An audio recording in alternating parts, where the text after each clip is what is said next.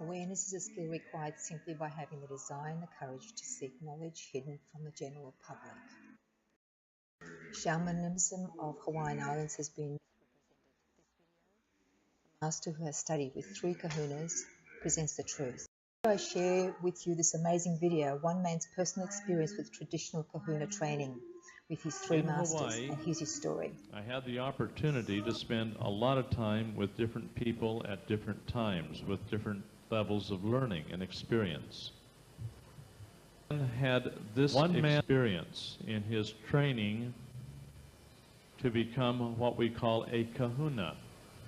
Now here is a gentleman that went through a number of years of non-verbal so training, that they would be able to learn to be conversant with trees and talk to trees, talk to plants, talk to rocks, talk to animals, okay, to where they are perfectly in one with nature. Traditional shaman work with nature to take you beyond the human conditioning and beyond self-judgment. Now, are you ready? After 3 years of non-verbal training, there were 3 people training to become a kahuna. 2 men, 1 woman. And after 3 years, they came to the time when there was a test of poison. All right? The female kahuna trainee was offered a half a coconut shell full of deadly poison. And she drank it, overcame the effects of the poison, and was fine. Didn't faze her. The second person in line, there's a female kahuna here. The kahuna was here. The female was here. She drank her cup, no problem. The one in the middle was a male kahuna trainee. He drank his cup of poison and dropped dead on the spot. Okay. The third one was my teacher, and he took his cup of poison as his friend dropped dead. And he looked at his friend and felt sorry for his friend that had dropped dead after taking the cup of poison. This is what you call sympathy. And when his heart went out in sympathy, where he felt sorry for his friend, the effect of the poison began to penetrate his being, and he had to act very quickly. This is critical. Please pay attention to his words. Too many therapies choose to analyze the problem. This is what happens when people start controlling. And he had to very quickly switch from sympathy to empathy. Empathy is understanding that the other person had free will. They didn't exercise it properly. They died. So he very quickly had to shift around to where he felt the poison now, with non-resistance. Listen to my words. Non-resistance is key. Really listen to his words, please. And Doug has a story to tell you then. You better get it right. Now listen to me on this. He had to experience it in the ever-present now. Now. He felt the poison come into his body. He recreated the poison going into his body. He held his body erect, powerfully strong, assumed the virtue, feeling the poison now, penetrating his very body, re-experiencing it, until there was nothing left to re-experience, and he overcame the cup of poison. Now this helps you make sense of how I work with my clients and why we present these audio videos for you to hear. And he explains it so clearly through his experience.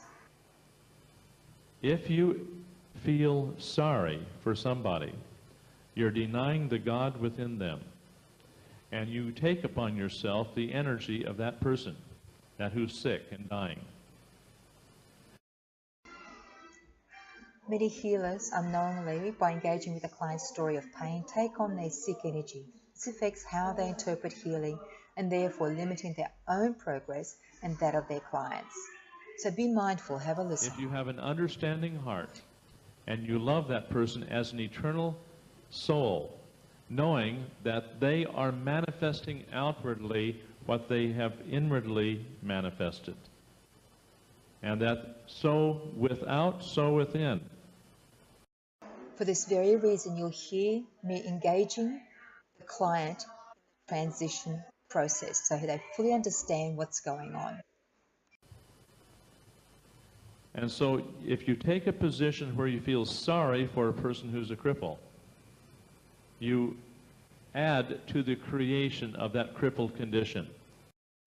So therefore, when you begin to engage in the story of the problem and indulge in emotional release that is now referred to as shadow work, you are adding to the client's problem and to your own health. But when you can see a person as perfect divine order and there are no mistakes, when they apply the laws to their body and to their mind, they become gradually totally clear and well of that condition that has besieged them perhaps for many years.